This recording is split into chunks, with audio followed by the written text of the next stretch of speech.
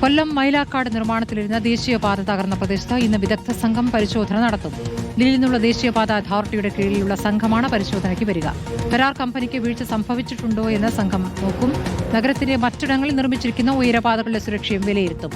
ജില്ലാ കളക്ടർ നിയോഗിച്ച സംയുക്താന്വേഷണ സമിതിയുടെ പ്രാഥമിക റിപ്പോർട്ട് ഇന്ന് സമർപ്പിക്കും. ഇതിനിടെ സർവീസ് റോഡ് ഉപയോഗയോഗ്യമാക്കാനുള്ള പ്രവൃത്തികൾ ഇപ്പോൾ പുരോഗമിക്കുകയാണ്. ഗോപാൽ ശിലാസനൽ വിവരങ്ങളുമായി. ഗോപാൽ, ഇപ്പോൾ സംയുക്ത സംഘം ഇവിടെ എത്തി പരിശോധന നടത്താനിരിക്കുന്നു. വീഴ്ച സംഭവിച്ചു എന്നുള്ള കാര്യത്തിൽ സംശയമൊന്നുമില്ല, വീഴ്ചയുണ്ട്. അതോടൊപ്പം തന്നെ മറ്റ് ഇടങ്ങളിലേക്കും ആ പരിശോധന തുടരുമെന്നാണ് അറിയാനാകുന്നത്. ഈ സർവീസ് റോഡിന്റെ പണി വേഗത്തിൽ നടക്കുന്നുണ്ടോ?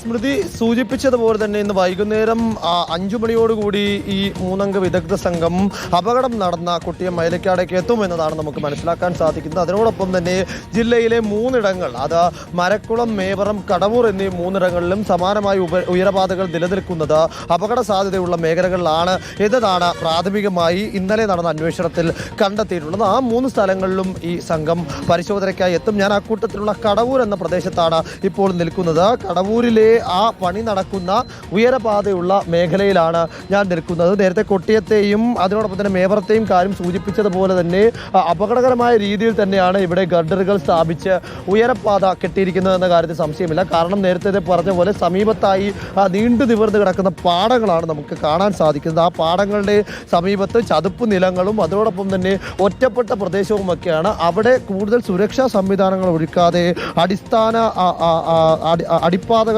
ബലപ്പെടുത്താതെയുള്ള നിർമ്മാണമാണ് എന്നതാണ് നമുക്ക് കഴിഞ്ഞ ദിവസങ്ങളിലായി നടന്ന അന്വേഷണ സംഘം പങ്കുവച്ച വിവരത്തിൽ നിന്ന് മനസ്സിലാക്കാൻ സാധിക്കുന്നത്. അതുകൊണ്ട് തന്നെ ഇവിടെയും കൃത്യമായിട്ടുള്ളൊരു സുരക്ഷാ സജ്ജീകരണം ഒരുക്കണമെന്ന ആവശ്യം പ്രദേശവാസികൾ നേരത്തെ തന്നെ ഉന്നയിച്ചിരുന്നു.